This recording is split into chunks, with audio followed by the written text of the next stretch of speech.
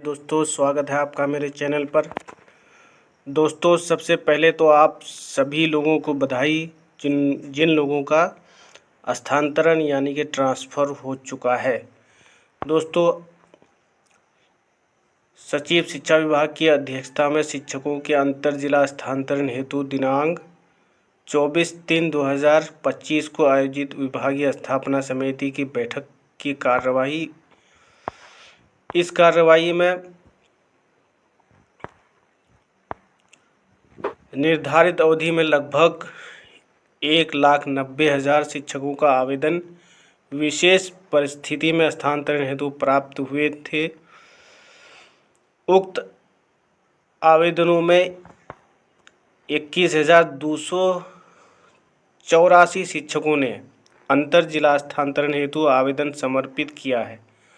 विभागीय आदेश ज्ञापांक 28 दिनांक 3/1/2025 में संसूचित निर्णय के अनुसार प्राप्त अभियानों पर चरणबद्ध ढंग से स्थानांतरण पदस्थापन किया जाना है। आवेदनों की स्क्रूटनी हेतु मुख्यालय स्तर के पदाधिकारियों की प्रतिनियुक्ति की गई है।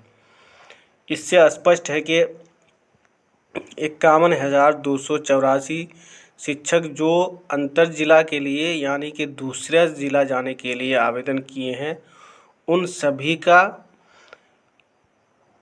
ट्रांसफ़र होना ये तो तय है।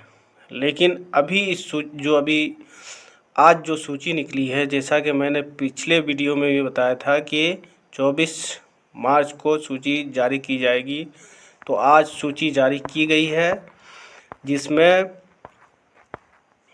10,225 शिक्षकों की सूची जारी की गई है जिनका ट्रांसफ़र हो गया है।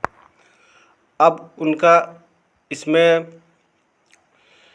कई कैटेगरी के शिक्षक हैं, 6 प्रकार के शिक्षक हैं जिनका स्थानांतरण हुआ है। तो स्पष्ट रूप से देखा जा सकता है कि सबसे पहले नंबर पर असाध्य रोग, विभिन्न प्रकार के कैंसर, स्वयं, पति पत्नी, बच्चों।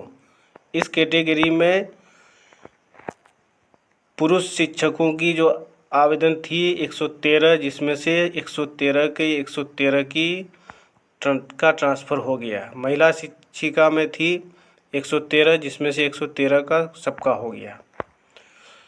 उसके बाद दूसरे कैटेगरी के जो टीचर थे वो गंभीर रुग्णता, किडनी रोग, हृदय रोग, लीवर रोग, स्वयं या फिर पति पत्नी या बच्चों में से किसी एक का हो। तो इसमें 495 पुरुष शिक्षकों ने आवेदन किया था, जिसमें सभी का स्थानांतरण हो गया है। और महिला शिक्षिकाओं में 442 थी, जो 442 की सबकी स्थानांतरण हो चुका है। इस तरह से अब तीसरी कैटेगरी के जो टीचर थे वो दिव्यांग कैटेगरी के टीचर थे, जिसमें से 2065 टीचर थे जो पुरुष में थे, उनमें सभी का हो चुका है। उसके बाद महिला में 620 थी, जो कि सबका हो गया है। उसके बाद चौथे कैटेगरी के टीचर थे ऑटिज्म, मानसिक दिव्यांगता, स्वयं या पति या पत्नी या कोई बच्चा होगा। तो 280 पुरुष थे जिनमें सबका हो चुका है, 293 महिला थी जिनमें सबका हो चुका है। विधवा एवं परित्यक्ता, इनमें 516 महिलाएं थी जो विधवा कैटेगरी में आती है, उनमें सबका हो गया है। पति के पदस्थापन के आधार पर, जिसमें महिला 5288 शिक्षिकाएं थी जिनमें सभी का हो गया। कुल मिलाकर के 10,225 शिक्षकों का स्थानांतरण हो गया। अब वीडियो को ध्यान से सुनना है कि अब क्या करना है। तो इसके लिए 2 फॉर्मेट दिया गया है शपथ पत्र के रूप में, जो आपको अपने ई शिक्षा कोश पर अपलोड करना है। शपथ पत्र 1, यदि शिक्षकों द्वारा ई शिक्षा कोश पोर्टल पर दिए गए अभिआवेदनों एवं घोषणा पत्र में किसी भी प्रकार का गलत सूचना दिया गया है तो उनके विरुद्ध नियमानुसार अनुशासनात्मक कार्रवाई की जा सकेगी। इसका शपथ पत्र देना है आपको। उसके बाद दूसरा शपथ पत्र अपलोड करना है। सभी स्थानांतरित शिक्षकों को जो जिला आवंटित किए गए हैं उसे वे स्वीकार करते हैं। समिति द्वारा उनके द्वारा दिए गए विद्यालयों के विकल्पों को प्राथमिकता के आधार पर विचार किया जाएगा। जहां प्राथमिकता के अनुसार रिक्ति उपलब्ध नहीं होगा, वहां उसके निकटतम विद्यालय के पंचायत प्रखंड में पदस्थापन करने पर उन्हें स्वीकार होगा। इसका शपथ पत्र आपको देना है। क्या आपको ये स्वीकार है कि अगर हमने जो चॉइस स्कूल दिया है अगर वहाँ नहीं है तो फिर आपको बगल वाले पंचायत या प्रखंड में से किसी स्कूल पर दिया जाएगा। इसके बाद ही आपका स्कूल आवंटन होगा।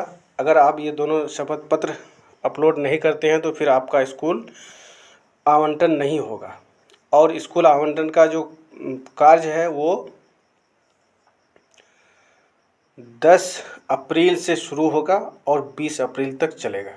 10 से 20 अप्रैल तक आपका स्कूल आवंटन हो जाएगा। तो दोस्तों, जैसा कि मैंने पहले वीडियो में भी बताया था, अब दोस्तों अब देखना है कि आपको जो भी काम करना है, यानी कि ये दोनों शपथ पत्र आपको जितनी जल्दी हो सके आप इसको अपने ई शिक्षा कोश पर अपलोड कर दें। इसका प्रारूप भी दिया गया है कि शपथ पत्र का प्रारूप इस तरह से लिखना है कि मेरे द्वारा यदि ई शिक्षा कोश पोर्टल पर दिए गए अभिआवेदनों एवं घोषणा पत्र में किसी भी प्रकार की गलती पाई जाती है तो मेरे विरुद्ध नियमानुसार अनुशासनात्मक कार्रवाई की जा सकेगी। ये फॉर्मेट अगर आपको किसी भी माध्यम से मिलता है तो इस फॉर्मेट को निकालें, या फिर इसी तरह से आप लिख कर भी इसको अपलोड कर सकते हैं, जिसमें शिक्षक का नाम होगा, विद्यालय का नाम होगा, जिला का नाम होगा। उसके बाद दूसरा शपथ पत्र, स्थानांतरण के फलस्वरूप मुझे जो जिला आवंटन किया गया है वो मुझे स्वीकार होगा। मेरे द्वारा स्थानांतरण हेतु दिए गए विकल्पों पर विभाग द्वारा प्राथमिकता के आधार पर विचार किया जाएगा। जहां प्राथमिकता के अनुसार रिक्ति उपलब्ध नहीं होगी वहां उसके निकटतम विद्यालय के पंचायत